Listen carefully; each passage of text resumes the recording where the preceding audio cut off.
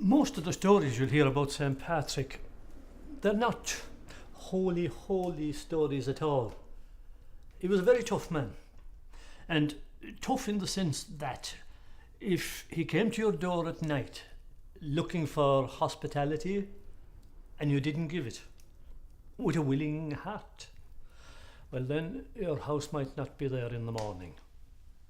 There's an example not so far from us here. On the outskirts of Gort, there's a place called Paul T. Leaboyne.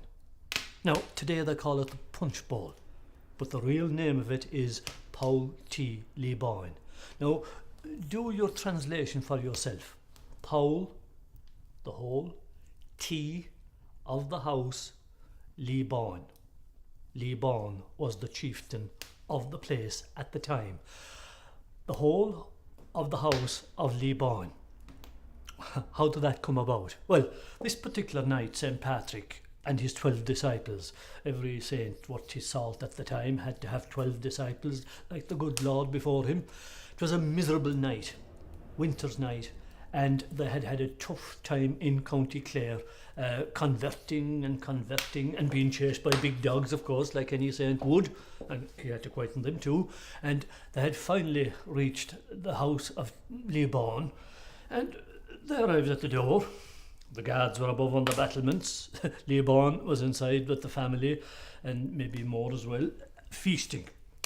Great crack going on, mead being distributed, I suppose, gnawing.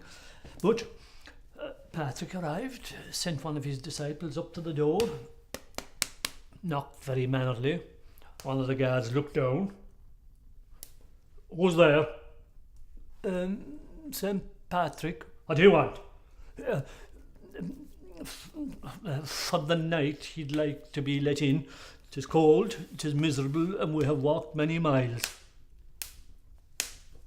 We don't know you. Shag off. The servant went back to St. Patrick and reported that. St. Patrick said, "Those are words I hardly know. They don't sound right to me." But off they went. To a little rise of ground, not so far away, where they could still see the fort and the guards now on the battlements staring at them. All St. Patrick did was, he opened up his, I won't call it a book at the time, I suppose it was some kind of a scroll where his prayers were written, and in that cold night, drizzly night, he started reciting, who knows what. And then rolled up his scroll of prayers and he said, "Come on, we'll go." They went. I suppose disappointed. The servants expected... They didn't get it. On they went into the drizzle and the darkness. But word was carried down anywhere to Leaboyne and the crowd below. Beggars. But they went to bed eventually after that feast. Thought no more about it. Why would they? A strange thing happened though. They were above snoring in the room at some hour of the night, full of mead and full of food, and I'm sure doing things that we won't recount here. There they were in the bed. Men and women alike, because the women in those days were, I tell you, as hairy and tough as the men, especially the women of County Galway, and they are to this very day tough women. But all of a sudden there was this rumbling heard deep under the house, and then a crashing noise, and they held on to their beds, but it was no good for them, no good at all. They were suddenly shot taken, and I don't mean shot taken in the way we normally mean the word. Suddenly the beds, the whole lot, house and all, disappeared into this huge hole that opened up where the house had been, and it was held for 4 or 5 miles around. And in the morning, when the neighbours came to see, there was no house, only a huge hole where the house had been and smoke rising out of it.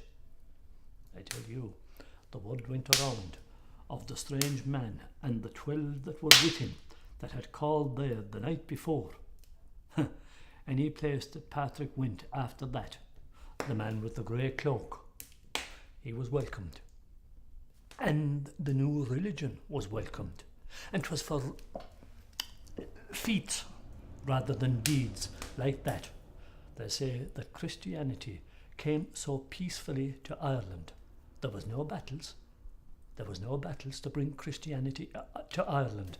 It was through Patrick's power of persuasiveness in things like that brought it so peacefully and quickly. He was a tough man.